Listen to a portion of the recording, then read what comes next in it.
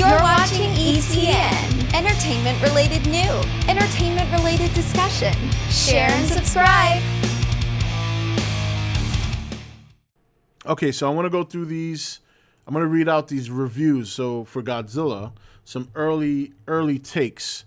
So this one comes from, these are all from Twitter. And this one comes from Dan Casey. He says, Godzilla King of the Monsters rules so goddamn hard. Easily the most fun I've had in theaters all year and the best MonsterVerse entry yet. The scale is mind-boggling and every action scene could be your new desktop wallpaper. See it on the biggest screen possible. That's good. David Crow, am now free to say Godzilla movie King of the Monsters is handily the craziest, most entertaining American kaiju movie in existence. That's big praise. But that doesn't do justice to just how wild a ride this is, jumping from the majesty of the monsters to the wackiness of the humans. And the humans do look pretty wacky. King Gonorrhea, anybody? You know what I mean? This comes from Megan Peters. Godzilla movie is the film I've waited years for. The thrilling sequel captures the spirit of Japan's famous kaiju while setting up his reign for years to come. There are few words which describe the film as well as momentous, and its epic scale will leave audiences astounded. Stephen Weintraub. Also, the visual effects in Godzilla King of the Monsters are insane. I'm so impressed with what Mike Dougherty did with the material and monster battles and can't wait to see it again. If you weren't looking forward to the new Godzilla movie, it's time to buy tickets. Oh, shit. Eric Davis. Godzilla King of the Monsters ups the monster action considerably.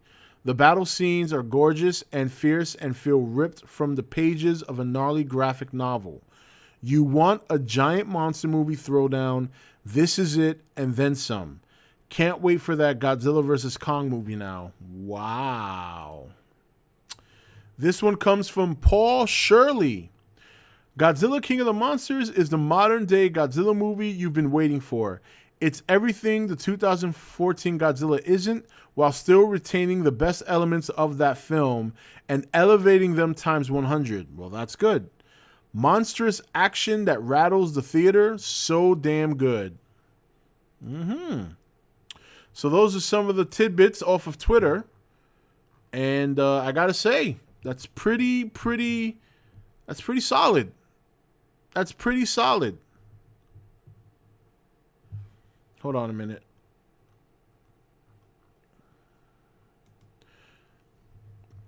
That's a good opening. That's a good way to start. And you know, they're estimating right now currently that the movie's going to start.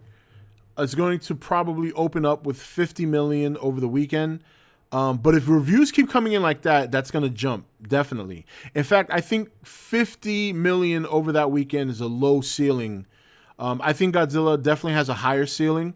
You know, there are still concerns. You know, I'm still a little concerned about certain movies that might sneak in and take some money away. But to be honest, the word of mouth is what's important here. You know, if the word of mouth keeps coming in like this, then I'm not actually worried about anything, including Aladdin.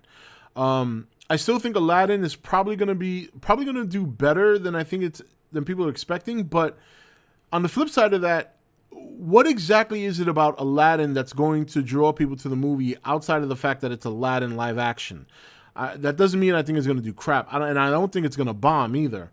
But at the same time, you know, I think Will Smith, I think his appeal has worn off over the years. He's made some pretty bad cinematic choices over the years as well. And outside of him, there's really nobody else in that cast that's very recognizable. Outside of the girl who plays Jasmine. And I only recognize her because I saw her in the Power Rangers movie. So yeah, I don't think, I think this is a good start. I think this is a very good start. And if it keeps going like this, I mean, we're 3 weeks out. We've gotten an incredible amount of marketing. Motherfucking Dono. What up, Rob? Got your tickets yet? Nah, not yet. My area, you don't have to really worry about that kind of stuff. Honestly, the only movie I really had to do that for was Endgame. I'm not gonna. I don't need to do that for Godzilla. It'll be available that Thursday. You know what I mean? So it's a small town, and well, I shouldn't say town. It's not a town. It's a city. It still has a lot of people, but last time Godzilla came out, it wasn't like the theater had a decent amount of people, but it wasn't packed. But I'll keep an eye on it. I can check the seats online, like to see how the seats are filling up. And if I see that they're starting to fill up, then I'll jump and get my tickets. But otherwise, I'm not gonna, because then I'm just gonna be like, oh man, like I don't know, I don't want to pre-order them. But anyway, I mean, I don't. It doesn't matter to me either way, is what I'm saying. I guess I'll keep an eye on the seats, and if they start to fill, then I'll fall back and probably get them. So. Yeah, man, these are good. This is a good start. And the best part about it is that we're getting these 3 weeks out. So that's plenty of time to really continue to rev up the excitement for the movie, because by the time we get to May 31st, I think Avengers Endgame will cool off. Avengers Endgame was a very front-loaded movie. You know, it's still obviously still going to make money. Even the weekend Godzilla comes out, it's still going to probably pull in a couple of million. But you know, I know that was a concern for a lot of people, and I think you're going to see as the next 2 weeks go by, it shouldn't be much of a concern anymore. It's a front-loaded movie. Everybody's going to go see it once or twice or 3 times within the first 2 or 3 weeks, and then after that, everybody would have gotten their fill.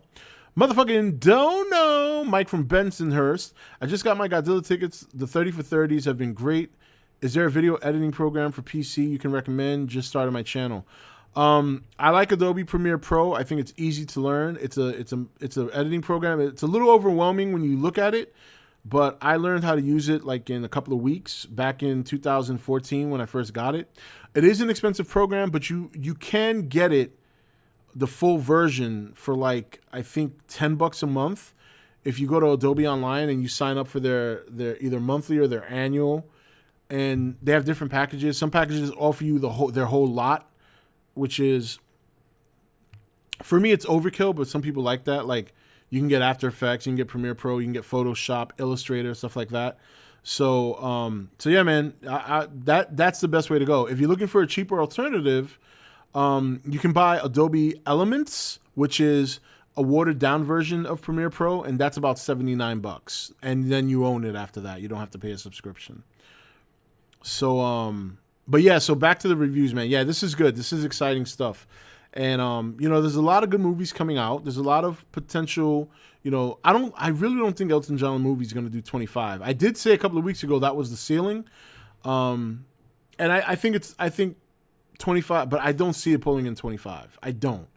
I see it maybe doing 15 to 20, especially if Godzilla's marketing continues. And if the word of mouth continues to be as good as it's been, starting with this, then I can't see Elton John pulling in 25.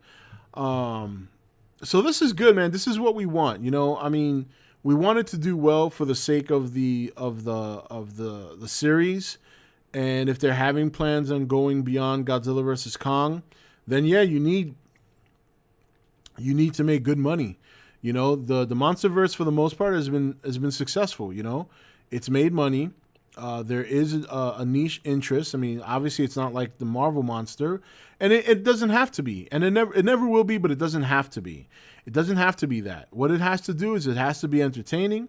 It has to be, the stories have to be at least cohesive and slightly above mediocre, because honestly, that's not where people are going to see. You just need a story that's going to deliver the narrative that is. That parallels the monsters, you know what I mean? Like, they have to, yeah, it all has to make sense. But at the end of the day, people want to see the monsters. People want to see the monsters on screen. What's important is that they take these monsters and they tell stories through their actions. It's almost like wrestling. You know what I mean? Wrestling, you have storylines, but the story elements of wrestling are told in the ring by the two performers. It's no different with a monster brawl, because these monsters can't talk. They can't communicate. You have to tell their story through their reactions, through their expressions, through their battles and stuff like that. And from what I've seen in the trailers and from what I've seen in the commercial spots so far, there's a lot of good. There's a lot of good coming from that. I mean, we have the 5-minute spot for those of you guys who have seen it. I'm sure everybody's seen it by now. But there's that one expression that Godzilla makes when he comes out of the ice and he looks at Ghidorah and he makes that face like, oh, it's you. You know what I mean? And you can tell he's not saying a word, obviously. He's not going to. But you can tell by looking at his face, you know what he's saying. And that's what I mean. If you can tell the story with the monsters through their expression, through their actions, then you're going to do fine. Then there's going to be an audience for this kind of genre. And if Godzilla King of the Monsters turns out to be a big hit, which so far it's leaning in that direction, and Kong versus Godzilla, which I think will be just as big based on the recognizable names and based on the success of Godzilla versus King of Monsters, then yeah, I think you have the potential for the series to keep going, and that's very encouraging. What's important is that they don't overdo it. You know, I don't think it's the kind of genre that is as everlasting as Marvel, because even though there's some great kaiju that you can tell stories around, it's a matter of just how popular, just how much they can carry. So it really depends, I would say, how popular these other monsters come out of the movie. I really do think Ghidorah is probably going to be the most popular one. I really do. I mean, he looks insanely good. And three-headed dragon. When was the last time we saw a three-headed anything in cinema? Like, I mean, I remember the last three things I remember is like the three-titted chick from Total Recall. You know, of course I would remember that, right? You know what I mean? So. Thank you for watching E.T.N. Don't forget to subscribe and join the Nation Facebook page.